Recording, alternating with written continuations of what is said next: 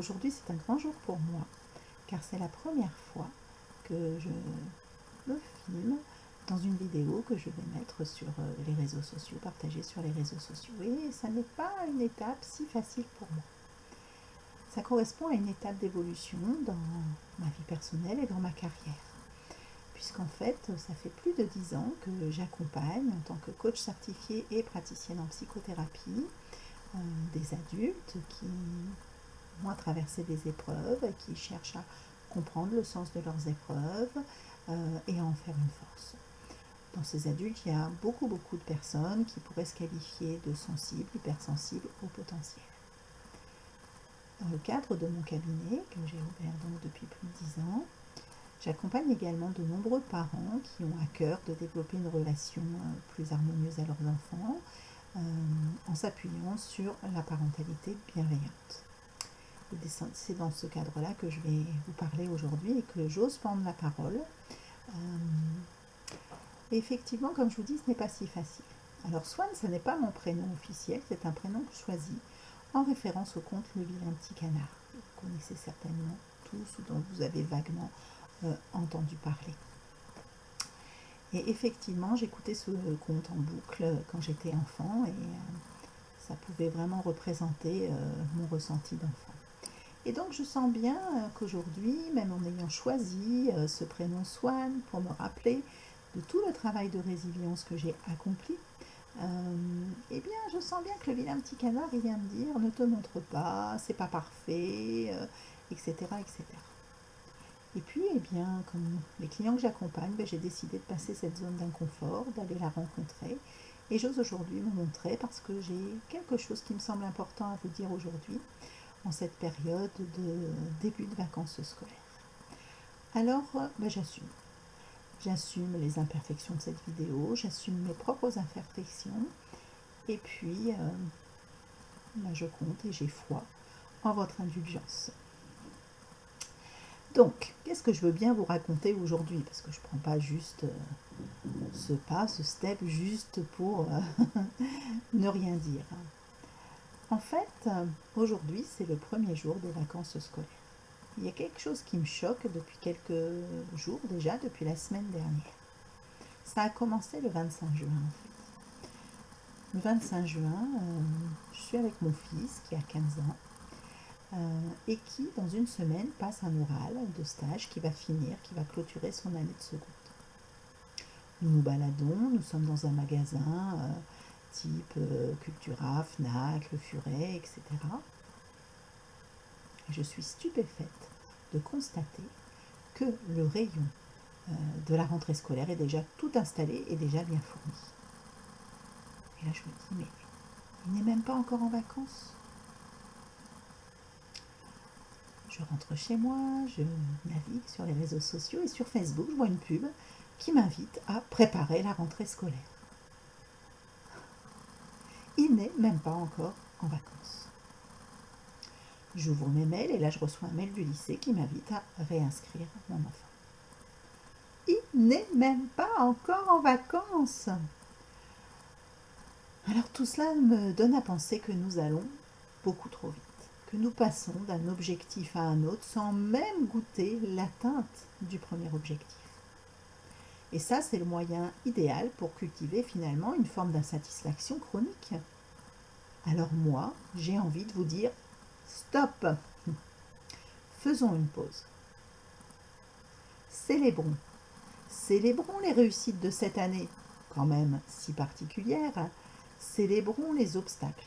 Célébrons les évolutions. Arrêtons les discours de type « Ah, l'année prochaine, c'est la grande école. L'année prochaine, ça va bosser dur. L'année prochaine, blablabla. » Lâchons les objectifs. Lâchons la pression. Ancrons le positif. Faisons une photo réussite devant l'école, devant le collège, devant le lycée. À glisser dans un album des réussites, ça c'est bon pour l'estime que nos enfants doivent apprendre à se porter. Ancrons tout le chemin parcouru. Nous manquons cruellement de rituels dans notre société. Alors aidons nos enfants à faire le tri de cette année qui s'achève. C'est quoi le bon pour toi cette année? C'était quoi le moins bon? Quel souvenir heureux tu gardes avec toi? Quel souvenir malheureux tu laisses derrière toi? De quoi est-ce que tu es le plus fier? Quelle qualité as-tu développée cette année? Qu'as-tu appris de toi, des autres, du monde? Quelles sont les leçons que tu en tires? Qu'est-ce que tu pensais ne pas être capable de faire et que tu as quand même réussi à faire? Et qu'est-ce qui t'a permis de quand même réussir? Qu'est-ce qui t'a fait le plus rire? Qu'est-ce qui t'a fait le plus pleurer? Qu'est-ce qui t'a mis le plus en colère? Qu'est-ce qui t'a mis le plus en joie? Avec quoi tu démarres? Riche de quoi tu démarres ces vacances d'été? Ça me semble fondamental d'appuyer sur ce bouton pause pour faire ce bilan, pour mettre des mots sur le vécu avant de déjà zapper sur un nouvel objectif. Alors bien sûr, cette proposition, elle s'inscrit dans une démarche de parentalité bienveillante. Évidemment, je connais très très peu de parents qui n'ont pas pour intention d'être bienveillants avec leurs enfants. Mais parfois ce terme, il est un peu compliqué de savoir ce qu'il recouvre en fait. Alors, si ça vous intéresse d'en savoir un peu plus, je vous propose un pacte de 2 conférences sur la parentalité bienveillante. La première va vous détailler ce qui fonde une parentalité bienveillante. Si on veut faire un point sur là où on en est avec nos enfants, si on vit des relations tendues avec nos enfants et qu'on aimerait comprendre l'origine de ces tensions et ce qu'on peut faire pour les apaiser, si on est un futur parent et qu'on est plein de questionnements. Dans cette conférence, je donne 7 repères sur lesquels s'appuyer pour construire une parentalité bienveillante et de ce fait vivre une relation plus épanouie, la plus épanouie possible à nos enfants. Dans la seconde conférence, je donne 7 outils pratico-pratiques pour mettre en œuvre ces fondamentaux de façon concrète et au quotidien avec son enfant. Donc ma mission de vie à moi, c'est vraiment de transmettre, de semer des graines de résilience, parce que, comme je vous l'ai dit, la résilience, ça fait partie de mon histoire de vie. Donc ici, c'est mon but ici, en créant ces 2 conférences, c'est de mettre de la résilience dans la relation à nos enfants, si on en a besoin, ou encore mieux, d'éviter d'avoir besoin de mettre de la résilience en développant une parentalité bien traitante et bienveillante. Donc pour célébrer cet été, je propose ce pack de 2 conférences qui fait une durée totale de 55 minutes à un tarif de lancement qui est de 20 euros au lieu de 25 euros et ce jusqu'au 15 juillet. Donc comme je vous l'ai expliqué, voilà, je suis dans le démarrage d'une nouvelle phase de mon activité et donc si vous êtes intéressé, pour le moment il n'est pas possible d'acheter et de payer en direct sur mon site ces 2 conférences. Mais par contre, si vous êtes intéressé, vous pouvez cliquer sur mon site, sur le lien sur mon site internet, et puis m'envoyer un mail, et puis le paiement se fera par virement, et dès la réception de votre virement, je vous enverrai ces 2 conférences sur le thème de la parentalité bienveillante. Vous voyez, ça n'est pas parfait.